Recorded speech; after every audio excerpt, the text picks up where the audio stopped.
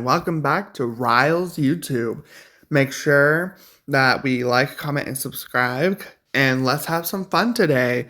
So basically, we're going to be talking about the Scooby Doo movie from 2002 and how I think basically that it could be a cursed video that's trying to take us along with it. So basically, we're taking a look here at the very beginning. Like, you already see some of the stuff that I put on my little note tablet. Like, basically it draws you in because from the very beginning it's got some cool upbeat music that you're gonna enjoy, like you're gonna love, and you just want to sit back and relax. Like, of course you're thinking this is a kids movie, obviously you want to sit back and relax and enjoy it with it. But think about the fact that every cursed video, it has to have a way of hooking you and drawing you in. So the music track at the very beginning, and then there's a lot of symbolism in this movie. It's mostly have to do with voodoo and stuff like that, which I don't know too much about. I just know that it's very pretty to look at. There's so much stuff that you want to look at everything. So the voodoo man talks about the middle of May when he's talking to Daphne, and he's like, why are you wearing purple? That's a fall color. It's the middle of May.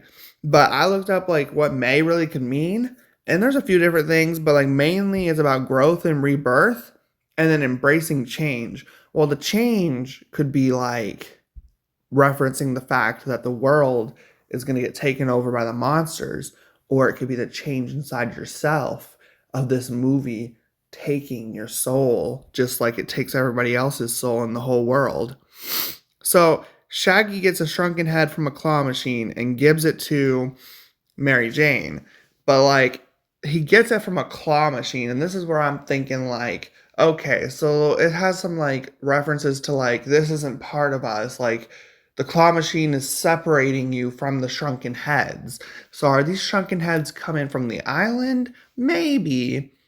But they're probably coming from the fact that it's not related to them, it's related to us. And here's what a shrunken head really means. They represent capturing an enemy spirit and controlling it.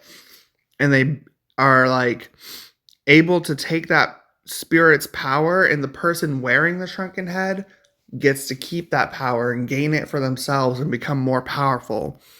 But like I said, getting it from the claw machine could be representing our world and taking our spirit. The shrunken head could be us.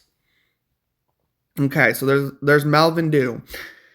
Here's what I think about Melvin Doo. The fact that he's a human, and he's got a regular, just simple name Melvin, but Scooby Doo is basically the sacrifice.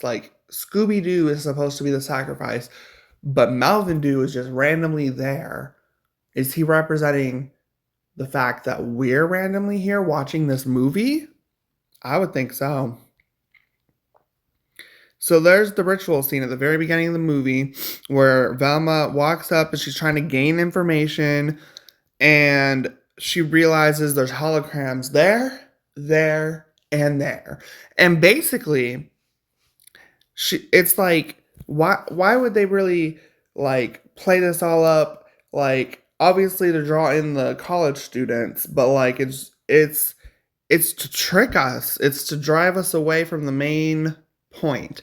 And it's obviously gonna pull us in, ooh, this is cool. Here comes the plot of Spooky Island. But is this plot gonna drive us in?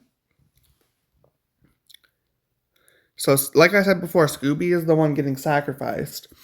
He is an animal. And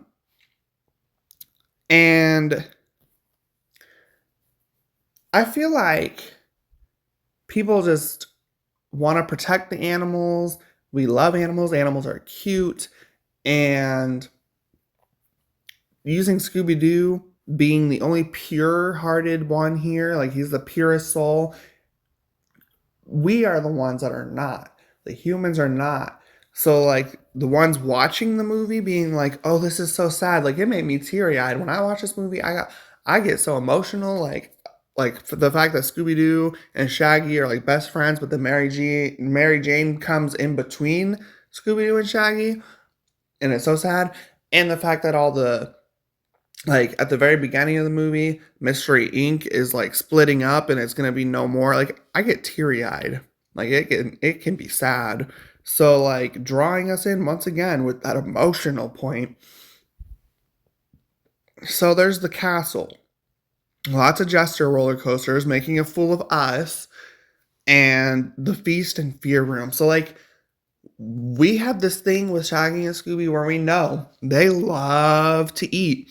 It's their favorite thing. But when they go into that feast room, it becomes their greatest fear.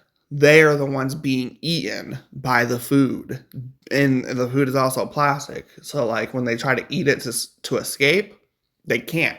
It's their worst fear. They can't eat the food and the food is eating them. So that double edged sword coming at you, like boom, boom, like you just know that we are done for. It's like crossing over those two themes. So then we have the fact that they're recording these people like teaching like it's really supposed to like teach the monsters how to act like people, but Velma thinks, oh, they're hypnotizing the college students, they're brainwashing. It's a sidetrack. It's supposed to like throw you off. But the fact that it's even there, it's like Shaggy and Scooby get to walk through it, shows that this could be like, it's like meta. It's like aware of itself, like showing that it's like, okay, so this is just a set. We're making a movie. And now you're watching the movie. Because Velma and Freddy watch the video, but Shaggy and Scooby walk through the set. So it's paralleling our real world again to like take us with it. So I'm going to have like a little clip about Scrappy talking about this because like it's interesting and I'll talk about it more after, but I love that scene. It's so interesting. Your friends ditch you. No, I always did the brain work. What's this? I believe it's called the Damonitis. Damonitis? What's it for? I think this describes a very old race of creatures. These inscriptions are reminiscent of ancient Pandemonist texts, so I can make some of it out. It looks like instructions to some sort of secret ritual. It is fascinating. On the house. Nice sweater. You really dig doing this, huh? Like clues and stuff. Certainly. Really focusing on a mystery reminds me of the old days. We were quite a crew back then. That was the best time of my life. Shaggy and Scooby. What goofballs. Kind of like they are today. And Daphne. So beautiful. She was the coolest girl at Poolsville High. Fred. Oh, he was so handsome. And he really knew how to accessorize. Sounds perfect. Yeah, but every family has one nut. Scrappy Doo! Scrappy! Those don't stand a chance with me! Let me at 'em! Rock 'em! Suck 'em! Scrappy, for the 1,000th time, there's no such thing as ghosts. Sure there are! And when I find 'em, I'll give 'em a good dose of beep!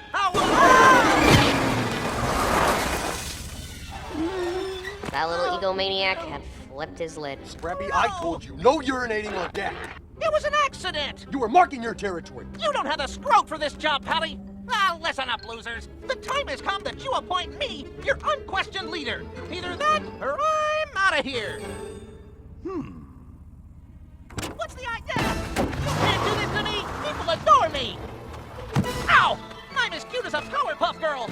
So basically, he called out like he says, "I'm as cute as a Powerpuff Girl," and Powerpuff Girls like he's breaking the fourth wall. He's entering our world. It's like he knows what's going on. Like he knows that there's like another part, another world that we're watching. There's other shows that you could be watching. but you're watching this one. So is he casting that spell on us already when he's saying that? He could be like casting the curse to already get us. And the last thing is the Daemonitis. I feel like the fact that it's pyramid shaped, like when Daphne goes to get it from the room, like she could be captured in a cage. Like she jumps through it to get out and she almost gets squeezed. But capturing people before you're even losing your soul inside the same pyramid shape. Like we're just watching that, like, Daphne, what are you doing standing there? And then she finally jumps. Like, what are we doing sitting here watching the movie? But we never make the jump. We're sitting here watching the whole time. So are we cursed? I think we just might be, just from watching the movie. Did Scrappy Doo get our soul? Well, it's to be determined, really. I mean, they did stop him in the end, but there was nothing in the movie to say that they stopped him from getting us, because they didn't know, none of them knew about the real world, only Scrappy. So who's to say? Well, thank you so much for watching. Please like, comment, and subscribe. Go to my Twitter at Donnieth65 and go to my subreddit at RileUpCreativeStreaks. And I hope you had fun today. Bye! About my story, it's passion and patience. This tale of my glory. We've stuck together since we were